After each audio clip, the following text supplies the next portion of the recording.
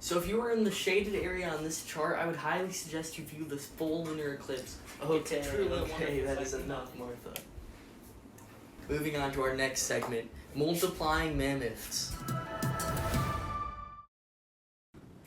I'm proud to tell you that advancements in technology and groundbreaking research has given scientists the idea that it would be possible to clone a woolly mammoth. But should we, is the question here.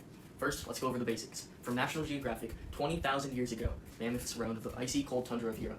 They needed thick furry coats to survive the Ice Age, giving them the name woolly mammoth. Around 4,000 years ago, however, the last of them sadly died. Most of them were killed by human hunting and the warming of their climate. Now, handing it over to Dr. Al Leals to give us more information about how this process would occur. Thanks for having me. I just can't stress this enough, this technology is huge. According to News Public Radio, scientists have sequenced the entire mammoth genome.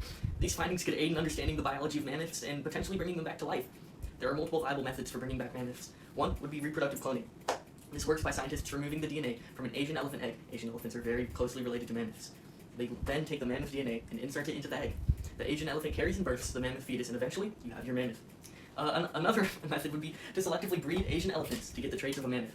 However, this is less viable because that would take a really long time. Imagine how many generations it would take to develop woolly fur like a mammoth.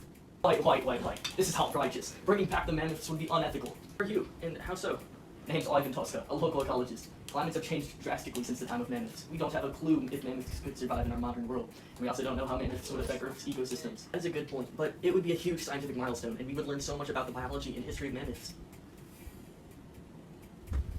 I'll give you that, mate. It would make history, but an impressive feat isn't worth the ethical complications and risks that goes with it.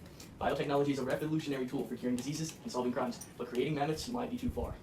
Now to wrap it up, de-extincting the mammoth is possible with today's technology, but the environmental and ethical concerns outweigh any benefits.